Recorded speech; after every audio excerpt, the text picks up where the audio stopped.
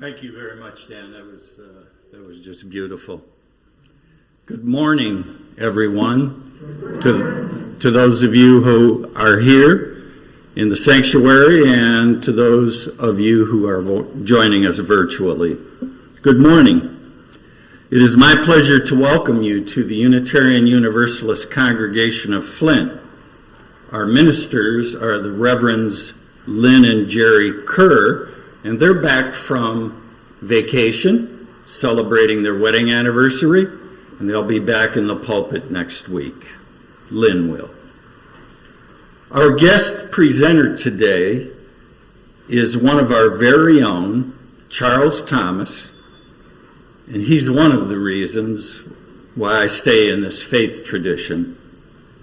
And the topic of today's service is a very serious one: lessons of the 1921 Tulsa race massacre for UUs today.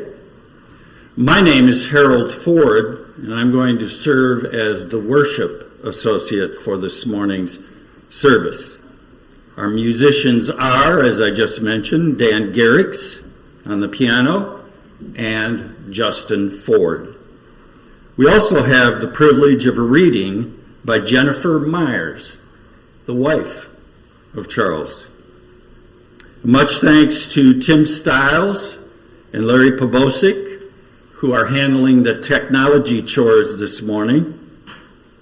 And I want to note the fact that Charles and I are in the pulpit this morning should tell you something about our faith tradition, that this is an open and free pulpit, and that we do truly engage in a free and responsible search for truth and meaning. I'm going to ask your patience and understanding to those of you who are UUCF veterans, as I've created my own words for some parts of the service, specifically 3 parts. And those at home, I invite you to ready your candles and your voice for singing and recitation. Remote services, I discovered, are more meaningful when you participate when you can. And now it's the time for announcements. There aren't many.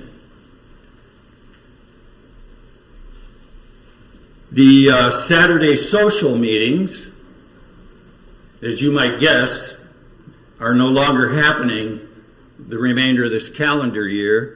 There were frost warnings last night, and that would obviously be the reason. The temperatures are turning colder.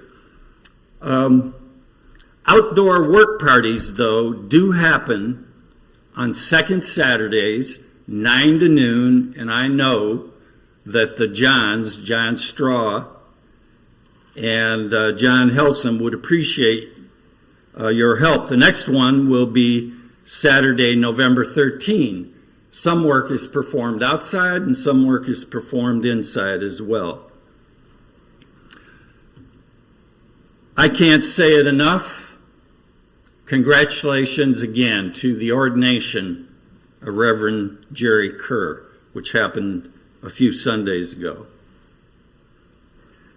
By the way, are you weary of steady diet of comic book movies at the mainstream theaters? I avoid them, frankly. Some of our members are going to the FIA, the Flint Institute of Arts, on Saturday matinees to see the films offered up by the Friends of Modern Art, or FOMA. I would also recommend the Detroit Film Theater and Ann Arbor's Michigan Theater to break that diet of films that the movie makers try to cram down our throats. Next week's service, by the way, is Threshold, and Reverend Lynn will be back in the pulpit for that one. One more announcement. We are happy to have with us this morning Lakeisha Turiad, or Turad, I'm not sure how you pronounce that. Lakeisha is a valid write-in candidate for Ward 7 of the Flint City Council, and we hope you get to know her after the service. And because we are a church, we can't even suggest that you vote for her, but we can suggest that you get to know her. Thanks for being with us today, Lakeisha. And now I call Charles Thomas forward to assist me in lighting our chalice. And instead of more traditional words, I have part one of the comments that I indicated that I would share with you. It came to me while preparing this service that we spend a lot of cultural capital on iconic, violent events or personalities that are Euro-American in origin. Think Bonnie and Clyde, for example. Think Edward G. Robinson in his Little Caesar role, or Marlon Brando as the Godfather, Al Pacino as Scarface. We almost worship these figures. I see jackets emblazoned with some of those names. Who here hasn't heard of them? Yet how many of us, if any, had ever heard of the massacre of black folk in the Greenwood neighborhood of Tulsa in 1921, prior to the last few years? Charles and I made a living being social scientists and educators. I believe that we're both woke individuals, yet neither of us knew about the Greenwood Massacre until recently. An iconic TV series in the 1960s that I remember very well, titled Black History, Lost, Stolen, or Strayed, narrated by Bill Cosby, surely indicates what happened to history like that of Greenwood. Hell, not even many black citizens in present-day Greenwood knew what happened in 1921 until recently. Well, what happened was black history got lost, stolen, and strayed. The political right rallies around phrases like cancel culture and attack initiatives like the 1619 Project and critical race theory to increase the chances that black history continues to get lost, stolen, and strayed. Will you please join me now as we recite our covenant? And I'll wait for those words to appear on our television screen, and magically they do. And think about these beautiful words, not simply recite them. Please join me, recognizing the richness of diversity, the beauty and wonder of shared worship, and the transforming power of love and service. We gather as a sacred, intentional community to freely seek knowledge and truth, to celebrate the fullness of life, and by our actions to increase goodness and justice. Thank you very much for helping me. Now it's time to mention our offertory. This is a church that thinks a lot about diversity, knowledge, and truth, goodness and justice, and the power of love. Now, these are wonderful ideals, but we can't survive on love alone Love won't pay the ministers or turn on the lights. And we would ask that you make a financial pledge, please, if you haven't done so. And keep up with your pledge. Increase your pledge if you can. Think about contributing to the endowment campaign, to the endowment fund. Thanks so much. And now, my words, part 2.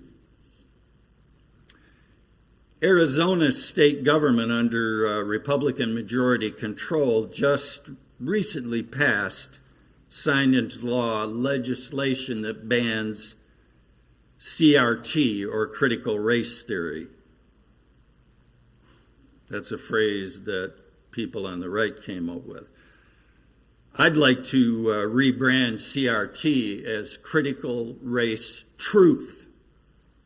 I believe that I taught a brand of CRT for decades at Beecher schools, beginning in the 1970s, when I taught American history or Black history classes where I used the classic text Before the Mayflower by Lerone Bennett Jr. It was sort of an undertaking then, a 1619 project, or now called critical race theory, decades prior to the actual creation of those phrases. And I don't believe I was doing anything extraordinary. How could you teach about our history and avoid our original national sin, slavery, or its after effects?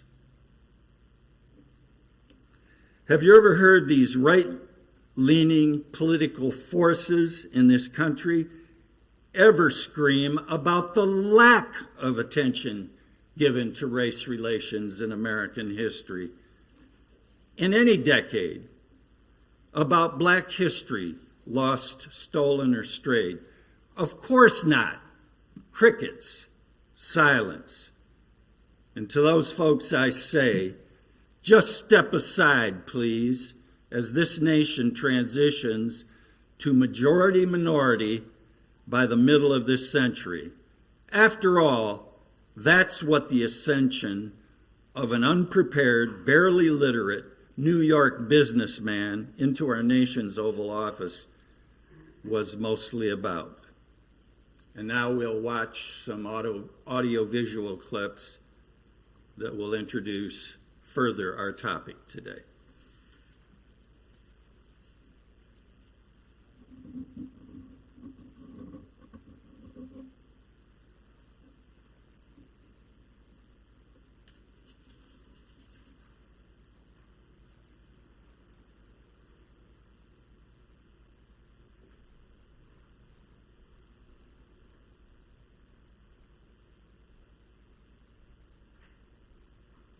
Tomorrow marks the 100th anniversary of the beginning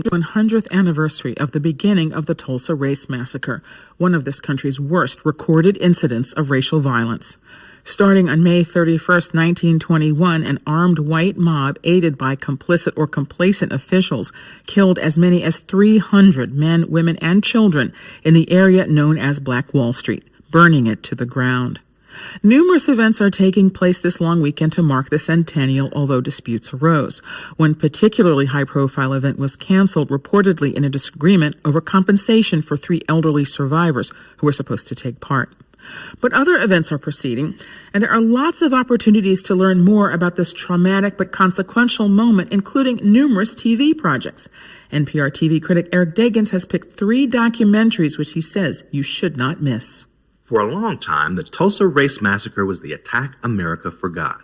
It obliterated Tulsa, Oklahoma's prosperous Black-owned Greenwood district, also known as Black Wall Street. The riots by white mobs was hushed up by local officials and overlooked in history books. But that is changing as several TV outlets mark the centennial with documentaries on the massacre and its aftermath. It's an effort to educate Americans on a horrendous attack which burned down over 1,200 homes and killed between 100 and 300 people. Among the best and most cinematic of these efforts is the History Channel film Tulsa Burning, the 1921 Race Massacre.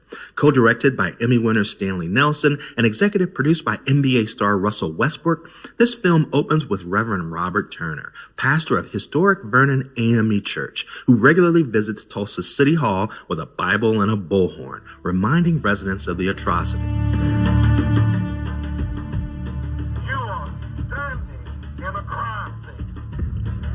Reverend Turner pastors the church where black people hid in a basement to avoid white mobs 100 years ago. He now supports efforts to excavate a local cemetery where victims of the massacre are rumored to have been dumped in unmarked graves. And pastoring a church where the members died and the survivors never saw justice, that aggravated my spirit. It's an embarrassment that we have never had a district attorney investigate the worst crime in this city's history. CNN's film, Dreamland, The Burning of Black Wall Street, also toggles between recounting the history leading up to the attack and showing the legacy of its impact on modern Tulsa. Using archival footage and animated scenes, this film recreates the story of how black people, fleeing the overt racism of the Confederate States after the Civil War, came to Oklahoma in hopes of finding less oppression. They helped to build the Greenwood District into a community filled with hundreds of black-owned businesses. But when a group of armed black men tried to stop the lynching of a young black man unfairly accused of assaulting a white woman, tension built until white mobs attacked the Greenwood District. Animation and an actress reading the words of survivor Mary Parrish to recreate the scene. There was a great shadow in the sky. This cloud was caused by fast approaching airplanes. It then dawned upon us that the enemy had organized in the night and was invading our district the same as the Germans invaded France. I fled out the west door on Greenwood, running amidst showers of bullets. A third film on PBS, Tulsa, the Fire, and the Forgotten, has a more personal touch, centered on the work of longtime Washington Post journalist Deneen L. Brown. The film, narrated by this program's own Michelle Martin, shows Brown interviewing descendants of attack victims, exploring efforts to find justice in the present. Yet with all her work on the massacre and its aftermath, Brown notes there's one thing she can't explain. Oftentimes, black people are called on camera after something racist occurs to explain racism, to explain what happened, to explain the incident.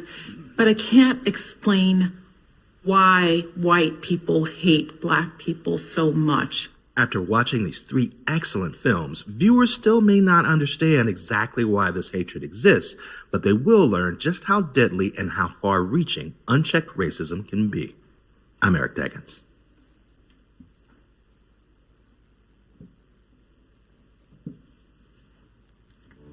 This was one of the worst incidents of racial violence in U.S. history. An unruly white mob destroyed part of this city, which was the black community. They had just gained their freedom. They're just getting a foothold and building something for themselves and for their futures. And within 2 days, in the most horrific way, everything that they hoped for was gone. You have people a generation out of slavery who built something that no one else could have done. African Americans in Tulsa, Oklahoma should have those same banners above their hotels, above their barbershops that say since the 1910s, and yet they don't. We know that no white person was ever held accountable for any offense relative to that. There was government-sanctioned torture and terrorism. That's the history of Tulsa, going back to the 1921 massacre. And Tulsa and the state of Oklahoma have never made amends for that. If you don't know your history, it will repeat itself.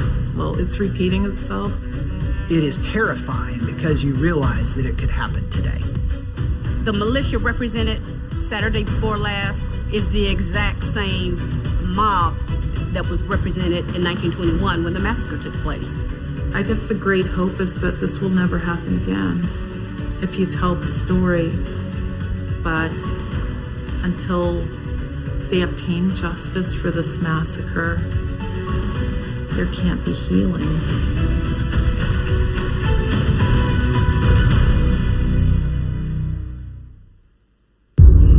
The The destruction was so complete. The suffering was so biblical. The betrayal was so profound. Black communities deserve the opportunity to confront the past. Our city has been stuck. Since then, we've never recovered. Tulsa was the best place in the nation for African Americans. We have everything from hotels, theaters, doctors, lawyers. People refer to it as Black Wall Street. Showing Black people that a new world was possible. The Tribune published a story titled "Nab Negro for Attacking Girl in an Elevator." It was a false narrative to keep Black people in their place, to reinforce white supremacy. All across Tulsa, angry whites are now organizing. They get their guns, they get their torches. At that point, they start moving towards Greenwood. All hell broke loose. Another is the white folks are killing the colored folks. Firing into homes. Bombs dropping from the air. It was just an all-out massacre. Not one of those men who participated in the race massacre were ever brought to justice. The Tulsa Tribune refused to write anything about the massacre for more than 50 years. Victims were being buried in unmarked graves across the city. The reason we understand the history of the massacre is that certain survivors decided to talk about it. My mother saw 4 men coming toward our house, and all of them had torches. We would be looking for the remains of those who were lost so tragically. This is so beautiful and sad at the same time. We need to do something about what happened in Tulsa. There could not be any justice till there is proper respect, restitution, and repair.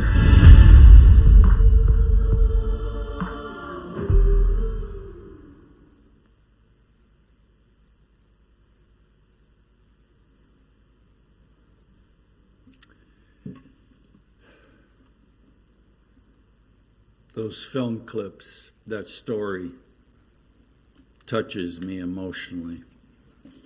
Good Lord, I worry for our nation sometimes. I thought it might be worthwhile, and Charles agreed, at this time to read our 7 Unitarian Universalist principles that guide us. I find strength in them.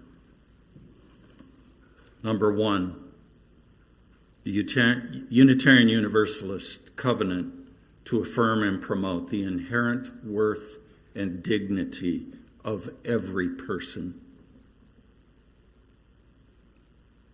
Justice, equity, and compassion in human relations. Number 3, acceptance of one another and encouragement to spiritual growth. 4, a responsible and free search for truth and meaning. 5, the right of conscience and the use of the democratic process. 6, the goal of world community with liberty and justice for all. And 7, respect for the interdependent web of which we all are a part.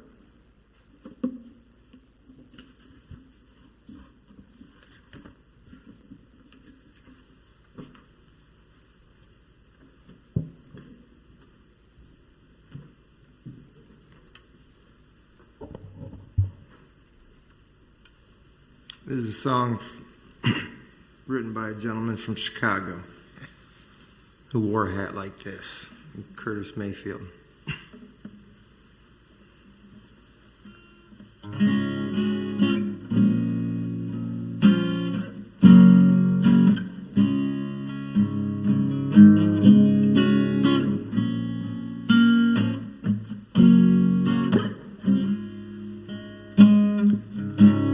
People get ready, there's a train coming.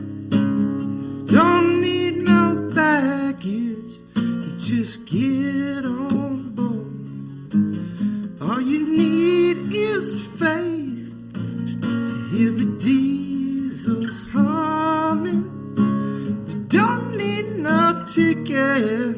You just thank the Lord.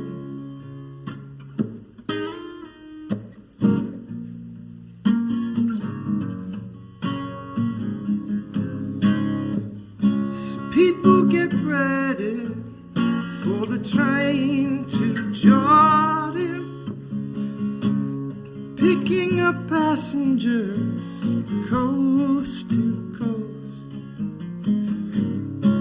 Faith is the key, open the doors and board them, for there's no hiding place among the kingdom's throne.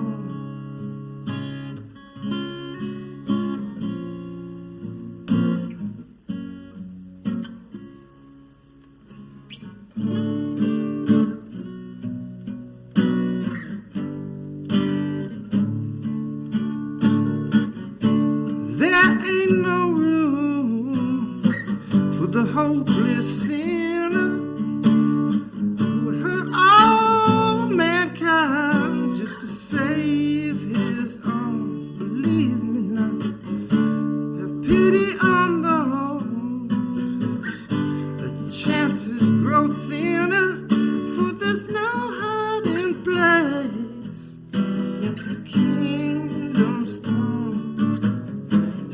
People get ready, there's a train a-coming.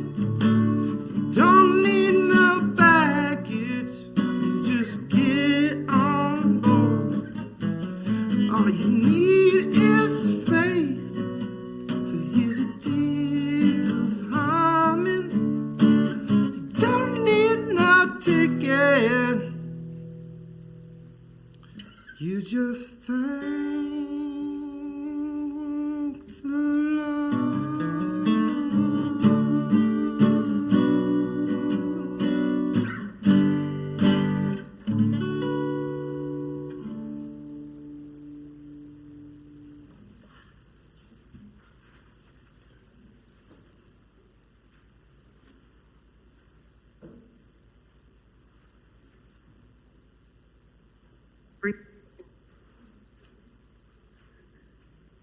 I will share a poem with you this morning by the amazing Maya Angelou. The poem is called Still I Rise, and it's from a collection of poetry called And Still I Rise, a book of poems that was published in 1978. The poem speaks from the perspective of an individual, but it captures the Black experience in America. So I think you will find it relevant to the topic today. Still I rise. You may write me down in history with your bitter, twisted lies. You may trod me in the very dirt, but still, like dust, I'll rise. Does my sassiness upset you? Why are you beset with gloom? 'Cause I walk like I've got oil wells pumping in my living room? Just like moons and like suns, with the certainty of tides, just like hopes springing high, still I'll rise. Did you want to see me broken, bowed head and lowered eyes, shoulders falling down like teardrops, weakened by my soulful cries? Does my haughtiness offend you? Don't you take it awful hard, 'cause I laugh like I've got gold mines digging in my own backyard? You may shoot me with your words. You may cut me with your eyes. You may kill me with your hatefulness, but still, like air, I'll rise. Does my sexiness upset you? Does it come as a surprise that I dance like I've got diamonds at the meeting of my thighs? Out of the huts of history's shame, I rise. Up from a past that's rooted in pain, I rise. I'm a black ocean, leaping and wide, welling and swelling, I bear in the tide. Leaving behind nights of terror and fear, I rise. Into a daybreak that's wondrously clear, I rise. Bringing the gifts that my ancestors gave, I am the dream and the hope of the slave. I rise, I rise, I rise.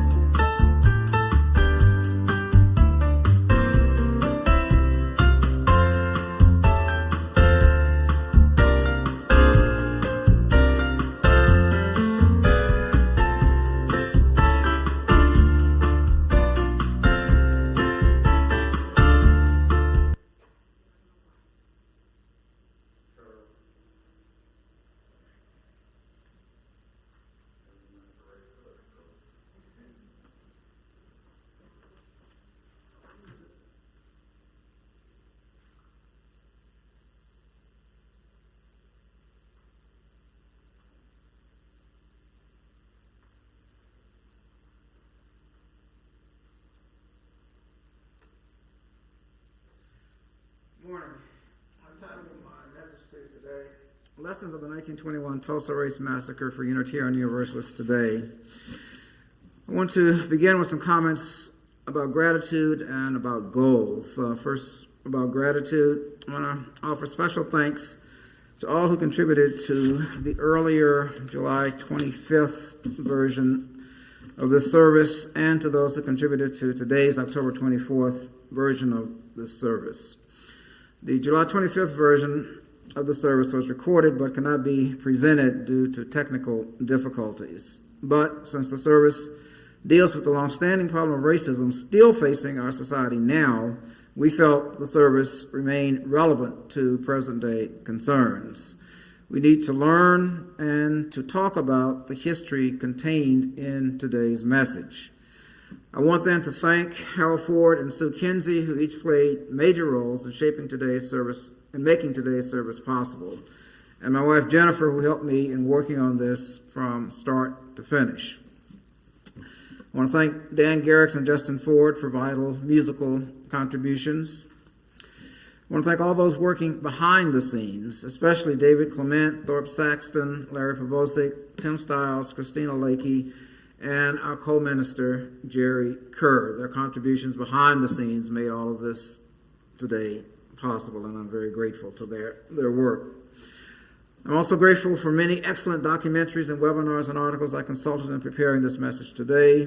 One, a special note, is the CBS 60 Minutes program, which broadcast in May of this year a 13-minute segment on the 1921 Tulsa Massacre. The segment featured Scott Pelley. And finally, I'm grateful to the Unitarian Universalists Association website for making available to the public recordings of many of the GA sessions from which Harold and I were able to select an especially meaningful chorus performance to share with you today. As Harold mentioned, that actually didn't get presented, but it was very meaningful to me as I prepared the work I'm sharing with you in this message. I want to explain also the goals that I have for the next few minutes in talking to you. I want first to help provide a better understanding of the short-term and long-term meanings and implications of the 1921 Tulsa Race Massacre. Secondly, I want to help, so to speak, connect the dots between what is happening in our society today in 2021 and what happened in 1921 Tulsa. I want third to link Unitarian Universalist values and traditions to lessons from the 1921 Tulsa Race Massacre. And finally, I want to, with the help of all those I've mentioned, particularly Harold and Sue, create a meaningful, satisfying, and fulfilling worship experience with an emphasis on hopefulness and resilience in the face of trying challenges. I want to give you a quick overview of the three parts in which I've divided my message. Part one focuses on the shorter term historical context, a period roughly between about 1910 and 1930. Part two of the message concentrates on the longer term historical context, the 400 plus years of racism in our country. And part three of the message ties these issues to Unitarian Universalist values today and historically. Beginning with part one then, the shorter term historical context, roughly the period from about 1910 to 1930. Can I ask the question, what was the Tulsa Race Massacre, which occurred May 31st to June 1st in 1921? The three audiovisual clips from earlier in today's service try to answer that question. The 4-minute commentary by NPR's Eric Dagans on some fine documentaries about the massacre is one of the clips. The second was a PBS 2-minute trailer for a documentary that it produced, and the third was the History Channel's trailer on a documentary that it produced. This was one of the worst, and some say the worst, incidents of widespread racial violence in U.S. history, leading to the deaths of up to about 300 persons. Exact numbers are unknown. And the destruction of over 30 blocks of homes and businesses in the prosperous black Greenwood district of Tulsa, widely regarded as perhaps the most prosperous black community in the United States at the time. Was this the only racial massacre during this part of American history? No. Racial massacres of blacks by whites occurred both before and after 1921 in Tulsa. An especially troubling period of racial riots or massacres occurred during the so-called Red Summer of 1919, named because of the racial bloodbaths in over 24 U.S. cities. I want to share with you examples of three massacres, two before and one after 1921. There are YouTube videos of these massacres that you can look at if you are interested. I can give you the reference to them after the service if you're interested. The first is the Elaine Massacre of 1919. There's a somewhat sensationalized YouTube video account by the New York Post about this. In the Elaine Massacre, black men, women, and children were murdered by whites. American streets ran with blood in 1919 during what would become known as Red Summer. In the small town of Elaine, Arkansas, racial tensions turned to riots after African American sharecroppers tried to unionize. A staggering 237 people were estimated to be hunted down and killed in what is now known as the Elaine Massacre. Second example is from 1920, the Ocoee Massacre. The Ocoee Massacre was a white mob attack on African American residents in northern Ocoee, Florida, which occurred on November 2nd, 1920, the day of the U.S. presidential election. The town is in Orange County near Orlando. By most estimates, a total of 30 to 35 black people were killed, according to Wikipedia. The third example is from 1923, the Rosewood Massacre. Approximately 30 black men, women, and children were killed. An account of this is provided by the organization Voices of the Civil Rights Movement. And I'm quoting from their commentary about their documentary on this. In January 1923, the predominantly black community of Rosewood, Florida was burned to the ground after a white woman falsely claimed assault at the hands of a black man. A vigilante mob waged a campaign of violence, death, and destruction through the town. In April of this year, 2021, Tim Madigan wrote a very important article in the Smithsonian Magazine about the 1921 Tulsa Race Massacre. I want to share some of his comments in that article with you. Quote, "Rather than an exception, the massacre was completely consistent with that time in the United States, an era of Jim Crow, widespread lynching, and racism endorsed and promulgated at the highest levels of society. Such were the foundations of the systemic racism at the root of our problems today in 2021. End quote from Madigan. As Tim Madigan notes, during the time period of the 1921 Tulsa Race Massacre, lynching was a common form of racial violence in U.S. history. From an article in Wikipedia titled Mass Racial Violence in the United States, there's a section of that article titled The Lynching Era from 1878 to 1939, and I'll share with you some comments from that. Quote, "Lynching, defined as the killing of an individual or small group of individuals by a mob of people, was a particular form of ritualistic murder, often involving the majority of the local white community. Lynching was sometimes announced in advance and became a spectacle for an audience to witness. Lynchings in the United States dropped in number from the 1880s to the 1920s, but there was still an average of about 30 lynchings per year during the 1920s. A study done of 100 lynchings from 1929 to 1940 discovered that at least 1/3 of the victims were innocent of the crimes of which they were accused.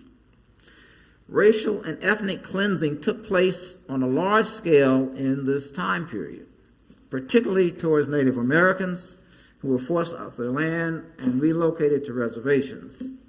Along with Native Americans, Chinese Americans in the Pacific Northwest and African Americans throughout the United States were rounded up and expunged from towns under threat of mob rule, often intending to harm their targets.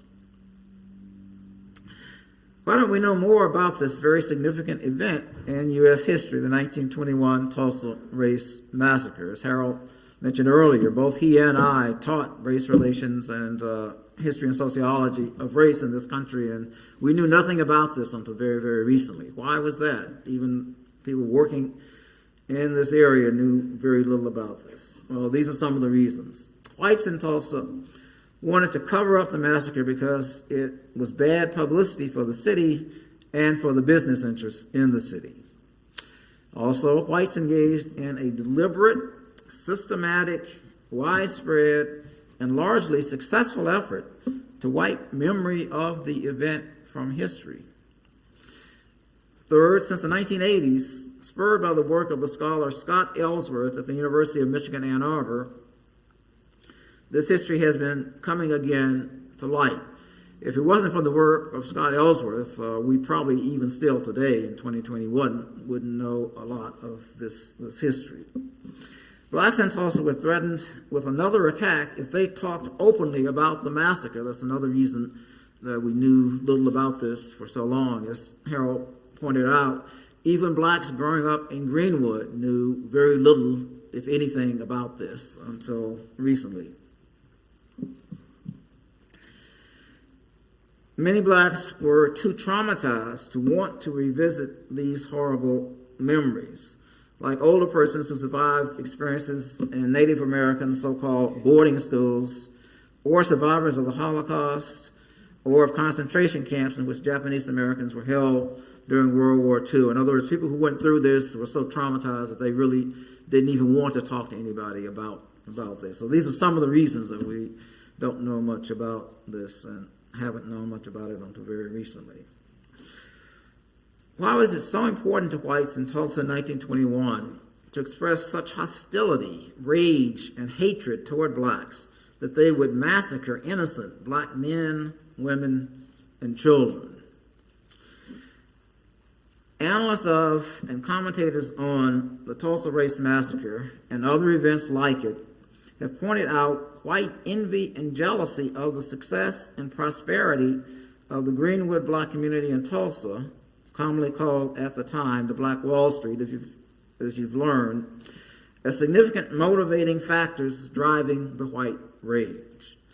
Because of white enforced segregation in Tulsa and throughout the South, blacks were excluded from participation on an equal basis in the principal white institutions in the Tulsa community: businesses, political institutions, educational institutions, medical institutions, churches and religious institutions, etc.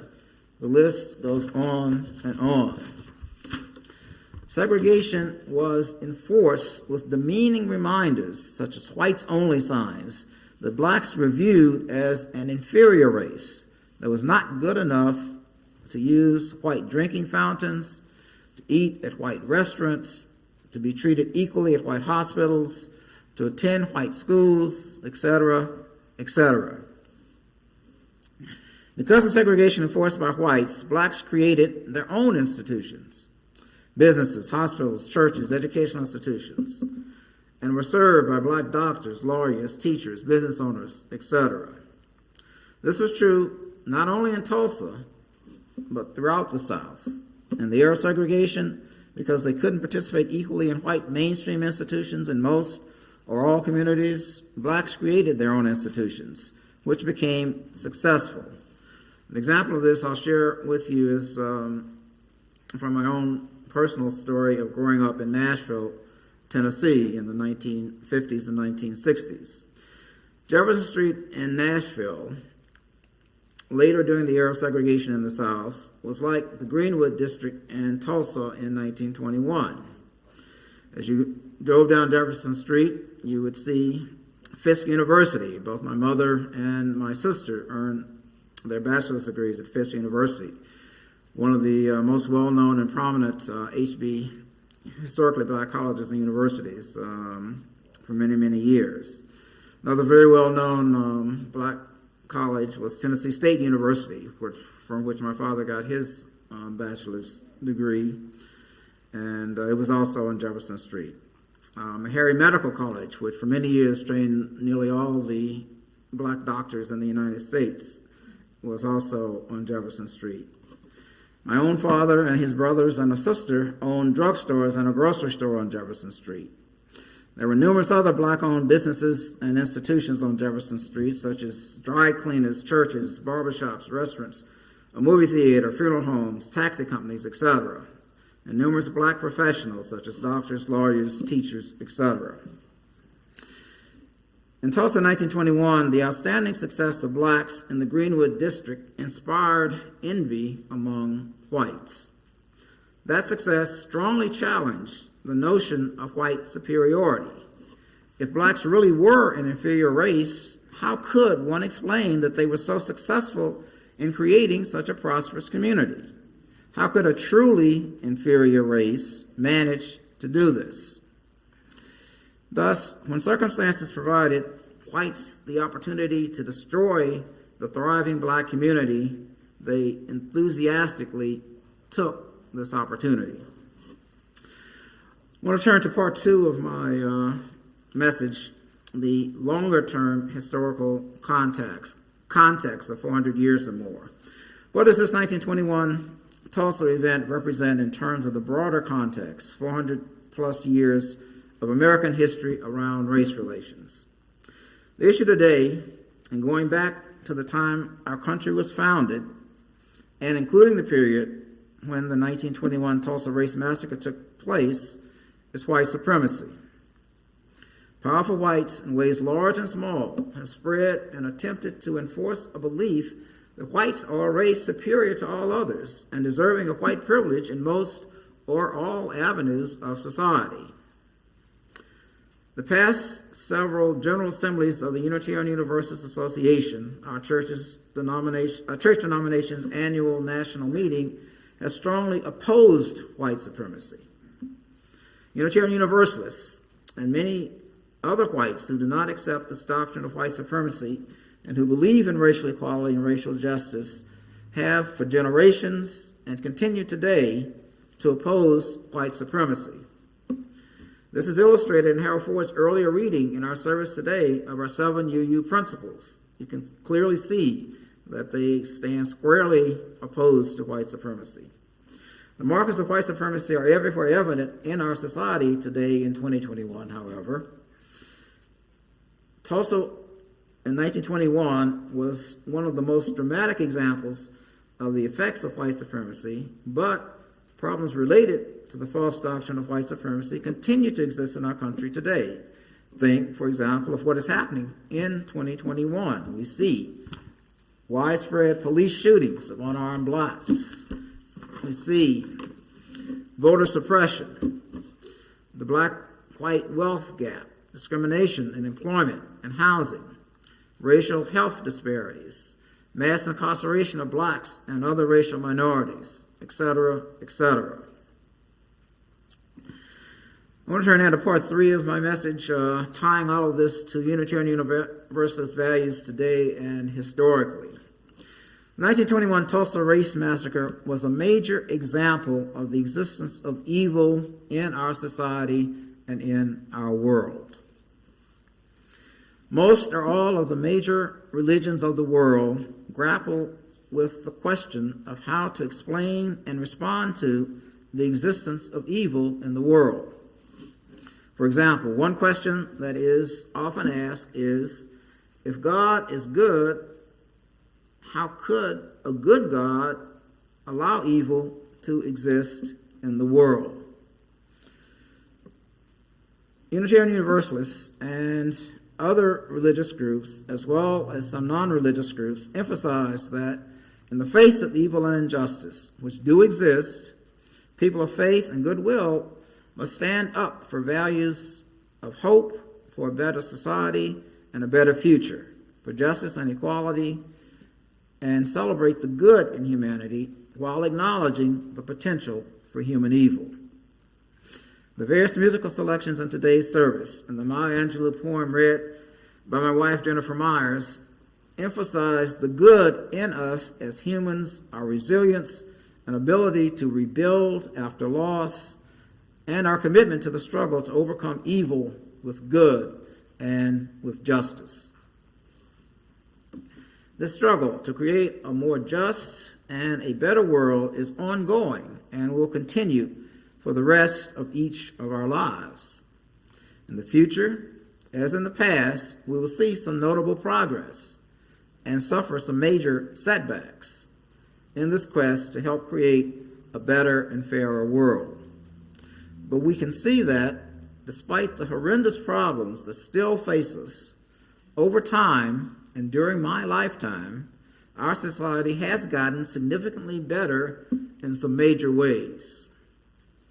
It is my faith in Unitarian Universalist values, such as are illustrated in the UU7 principles read earlier in today's service by Harold Ford, and my participation in community with all of you and with other Unitarian Universalists to live these values in our broken world that we are trying to make better, that sustain me in the face of evil and help give me the resilience and hope to continue to struggle for justice.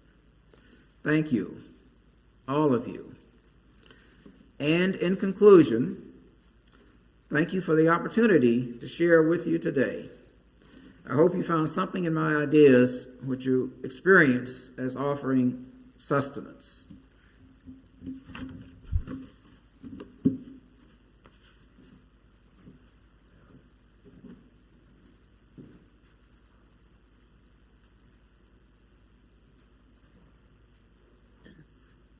We rise,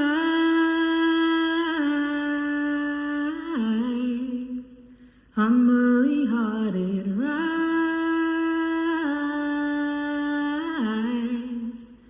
won't be divided, rise, with Spirit to guide us, rise,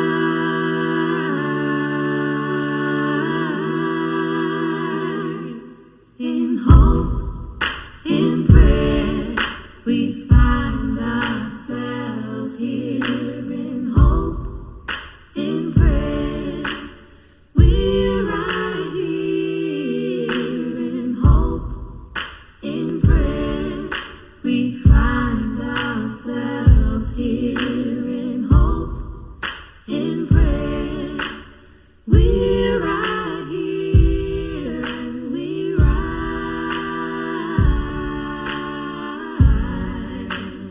all of the children rise,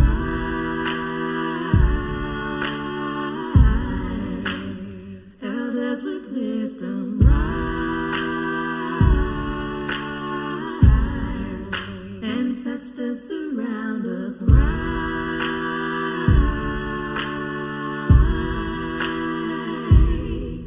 in hope, in prayer, we find ourselves here, in hope, in prayer, we're right here, in hope, in prayer, we find ourselves here, in hope, in prayer, we're right here, and we rise,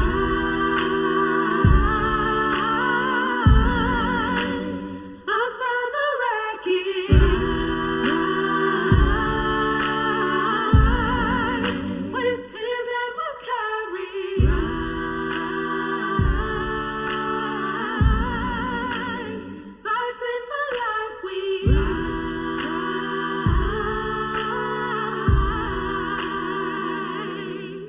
in hope, in prayer, we find ourselves here, in hope, in prayer, we're right here, in hope, in prayer, we find ourselves here, in hope, in prayer, we're right here, and we rise, humbly hearted, rise, won't be divided, rise, with Spirit to guide us, rise.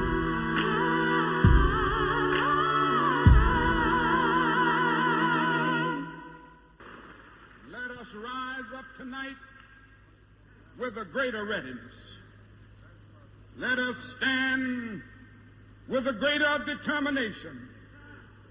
And let us move on in these powerful days, these days of challenge, to make America what it ought to be. We have an opportunity to make America a better nation.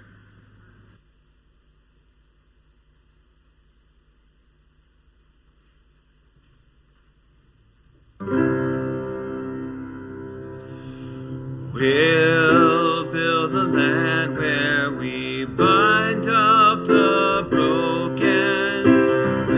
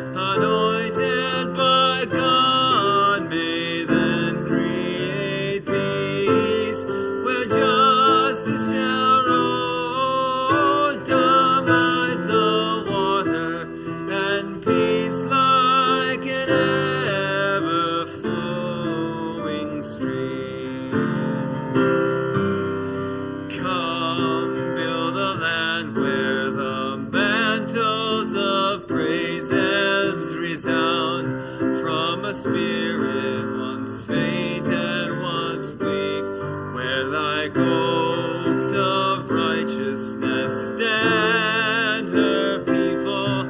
Oh, come build a land, my people we seek. Come build a land with sisters and brothers, anointed by God. May then create peace, where justice shall roll down like the water, and peace like an ever-flowing stream.